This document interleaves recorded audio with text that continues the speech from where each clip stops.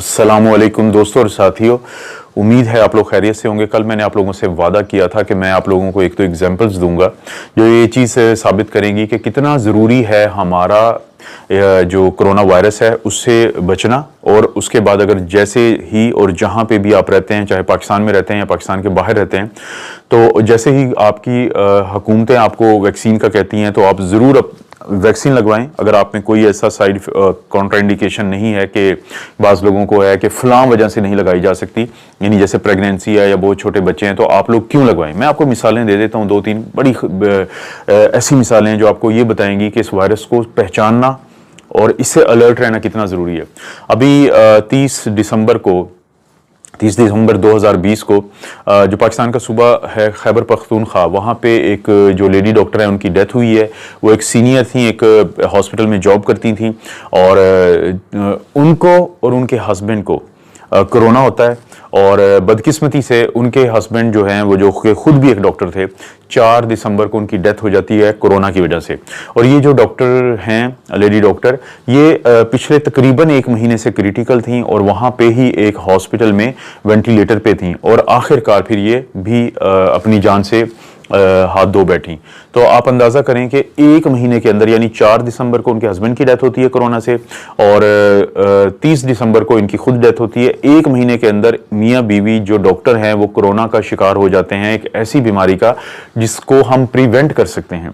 हम में से हर शख्स जो है अगर कोशिश करे, हिम्मत करे और एक दूसरे को समझाए तो हम प्रिवेंट कर सकते हैं। इस मौके पर कैसे प्रिवेंट कर सकते हैं, बाकी मिसालें देने से पहले मैं आपको ये समझा देता हूँ। अपने हाथों को 20 से 40 सेकेंड के लिए साबुन और पानी से अच्छे तरीके से धोएं। अगर आपके पास साबुन नहीं है तो अपने पास सैनिटाइजर रखें जो अल्कोहल बेस्ड हो, कि 70% से ज्यादा उसमें अल्कोहल हो, तो उसको आप 20 सेकंड के लिए रब करें। ये दोनों काम आपने उस वक्त करने हैं, खासतौर पे अगर आपको अपने आंखों को, अपने मुंह को और अपने चेहरे को हाथ लगाना है, क्योंकि यही तरीका है कि हम वायरस को हम मूव करते हैं, वायरस वरना मूव नहीं करता।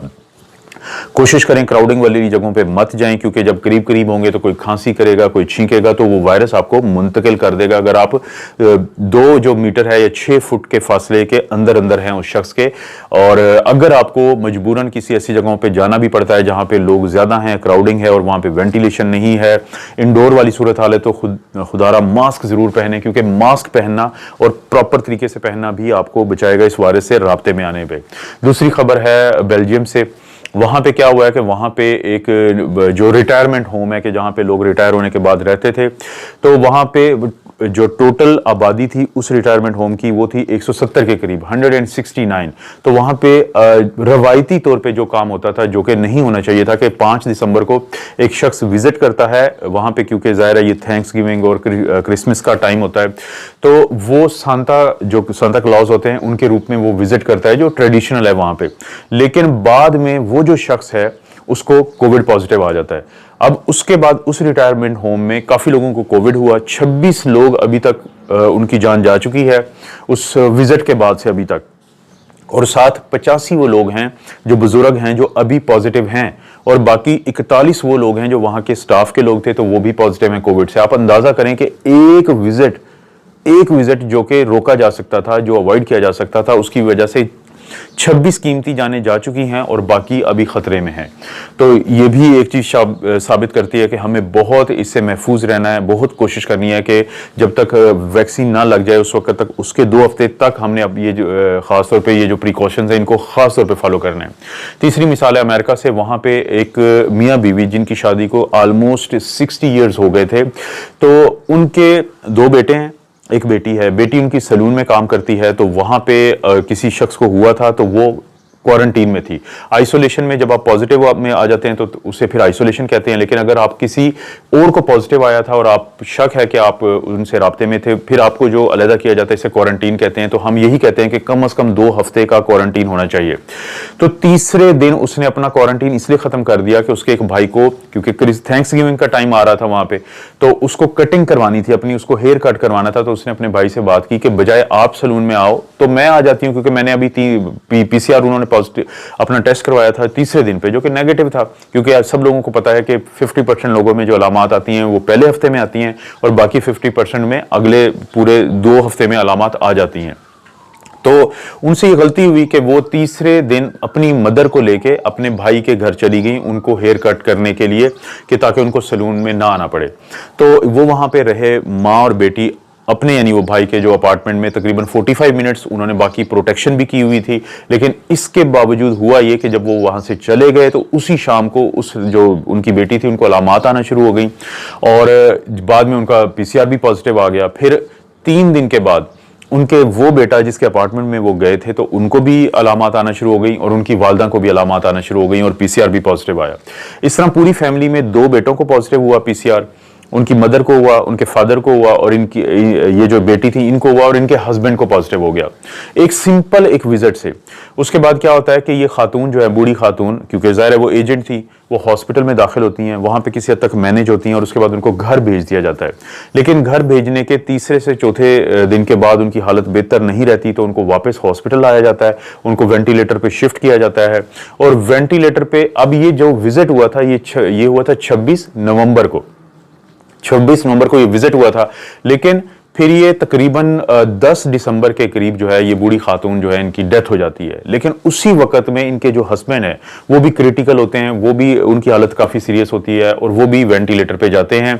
और 20 दिसंबर को, टू बी एग्जैक्ट जो है वो तकरीबन 24 दिसंबर को ये जो बूढ़े शख्स हैं जिनकी बेगम का 10 दिन पहले इंतकाल हो चुका था, और जिनको नहीं पता था कि उनकी जो मिसेज हैं वो कोविड से उनकी डेथ हो गई है, क्योंकि ये खुद हॉस्पिटल में दाखिल थे, तो ये भी जो हैं ये भी 24 दिसंबर को इनकी भी कोरोना की वजह से डेथ हो जाती है। यानी 10 दिन के वक्फे से वो मियाँ बीवी जो तकरीबन 60 ईयर से मैरिड थे, जिनकी पूरी फैमिली बहुत ज़्यादा एहतियात कर रही थी, उनका ये कहना है कि वो हर चीज़ में बड़े मोहतात थे। लेकिन एक जगह पे गलती हुई जो कि अवॉइड की जा सकती थी, क्योंकि अगर उनकी बेटी क्वारंटीन में थी तो उन्होंने इस चीज़ को, इसको हम कहते हैं नाइविटी, कि हम इंसान ये समझते हैं कि हमारे साथ तो नहीं होगा, लेकिन उस एक गलती की वजह से कि क्योंकि वो एक्चुअली इन्फेक्टेड थी, अभी उनमें अलामात नहीं आई थी, और पहले 2 से 3 दिन में आमतौर पे PCR भी नेगेटिव आता है, क्योंकि ये वायरस अभी अपने आप को बढ़ा रहा होता है हमारे जिस्म के अंदर जाके, तो इसलिए वो डिटेक्ट नहीं होता बाज़-औक़ात।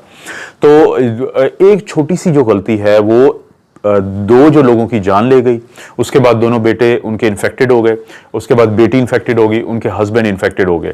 तो मैं कोशिश करूंगा कि ये जो लिंक्स हैं इन तीनों वाकयात के वो डिस्क्रिप्शन में डाल दूं, ताकि आप लोग खुद भी इन वाकयात को पढ़ें। और इनसे मैसेज क्या मिलता है? इनसे मैसेज ये मिलता है कि ये जो वायरस है इसको सिर्फ एक मौका चाहिए।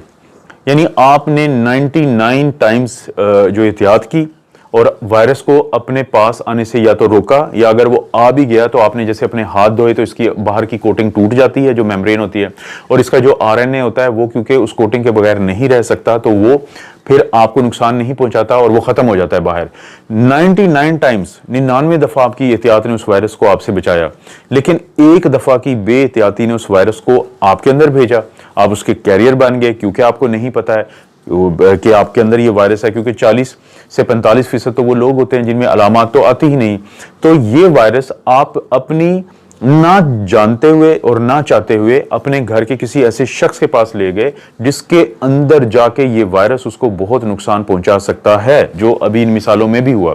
और वो वायरस जब किसी ऐसे शख्स में चला गया जिसकी कुव्वत मुदाफ़ियत कम है, तो फिर ये जो बात होती है आपके हाथ से निकल गई, ये लोगों के हाथ से निकल गई, फिर वायरस जाने या इम्यून सिस्टम जाने इंसान का, तो जिसकी वजह से फिर इतना नुकसान हो सकता है। उससे पहले की चीज़ें आपके हाथ में हो सकती हैं, आपका फैसला उन चीज़ों को मुतासर कर सकता है। और दोस्तों, जैसे कि अब सबको पता है कि सामने नज़र आ रहा है कि वैक्सीन्स जो हैं वो आ गई हैं, वो एक it's only matter of time कि आपको लग जाएंगी, तो फिर और भी ज़्यादा ज़रूरी है कि आप ज़्यादा मोहतात रहें। अगर ये वीडियो अच्छी है इसको लाइक करें, किसी और को फ़ायदा हो सकता है तो शेयर करें वीडियो, और अगर चैनल को अभी तक सब्सक्राइब नहीं किया तो मैं आप लोगों से रिक्वेस्ट करता हूं कि चैनल को सब्सक्राइब करें और जो बेल का निशान है उसको दबाएं, ताकि आपको हर आने वाली नई वीडियो का नोटिफिकेशन फौरी मिल जाए।